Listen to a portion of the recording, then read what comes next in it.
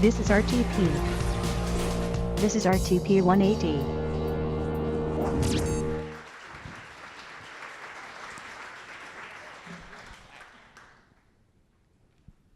All right.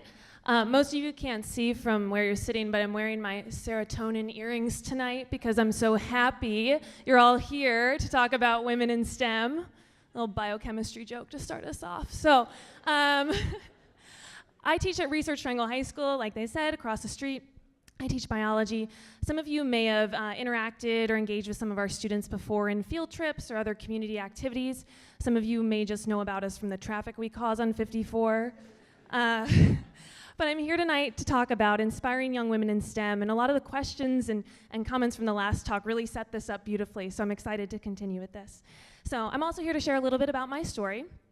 I graduated from UNC with my biology stuff, my French stuff, my teaching stuff, and I wanted to do something that really combined all my interests and skills and put them together. So I joined the Peace Corps, and I went to Guinea, West Africa, where I taught biology and chemistry in French for 2 years in a rural Ghanaian school. It worked out.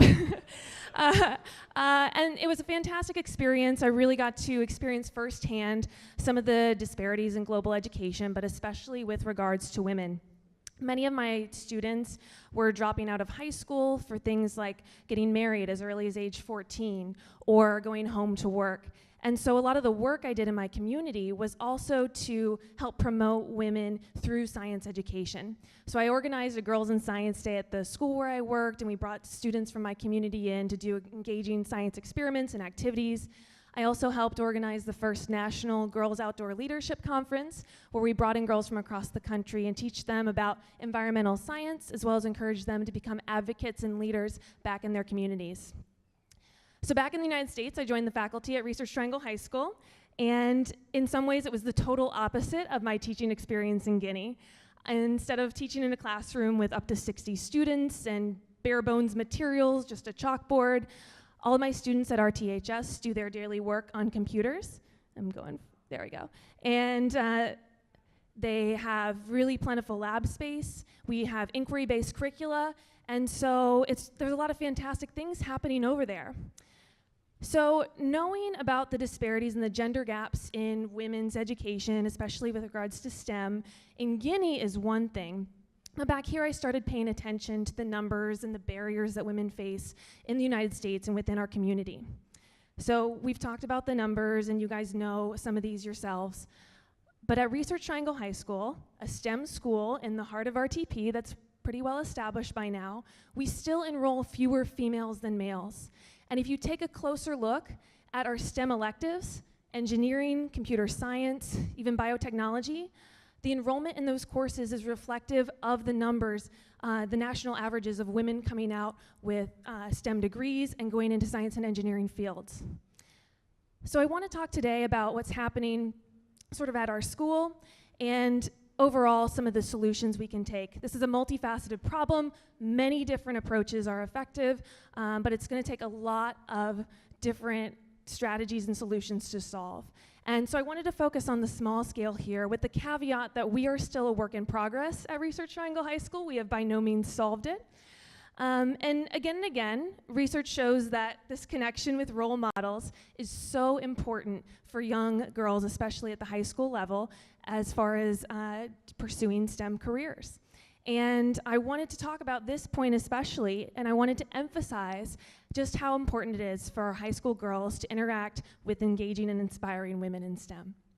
So what does this look like at the high school level? How do I get my girls interacting with inspiring role models? My girls are talented, my high school students are busy. Sometimes they do not have time to go out and find these role models on their own or sign up for a STEM elective just because it doesn't necessarily fit into their schedules or it doesn't align with their interests and goals. Maybe by now in high school they've already decided that STEM is not for them. And so, in my biology classes, everybody has to take biology, we have a podcast project where students go out and they have to interview someone in a biology-related career and come back and record that, put it into a podcast, and they connect with these people by learning about their path and the work that they do. We also have the Lunch with a Scientist speaker series, where we invite professionals from the community to come in and talk to our students. We've also brought our students here to the Frontier, to the American Scientist Pizza Lunches, so it's a great opportunity as well. But that's just the beginning.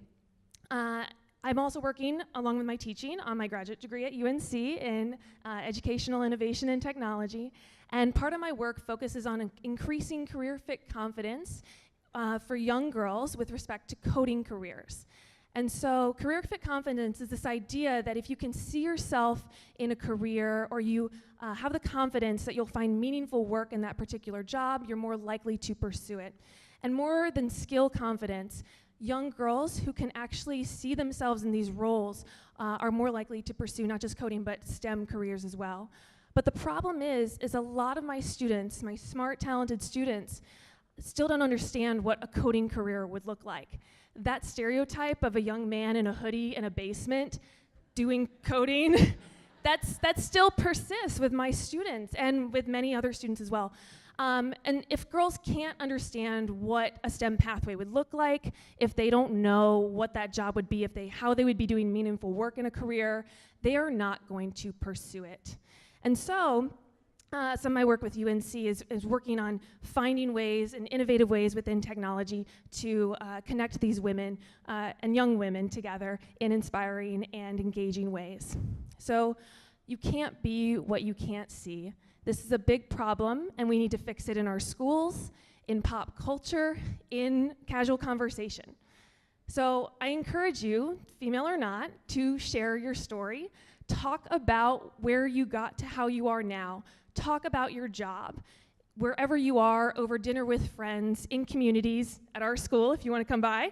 And hopefully, your story may reach a talented young woman. Thank you, guys.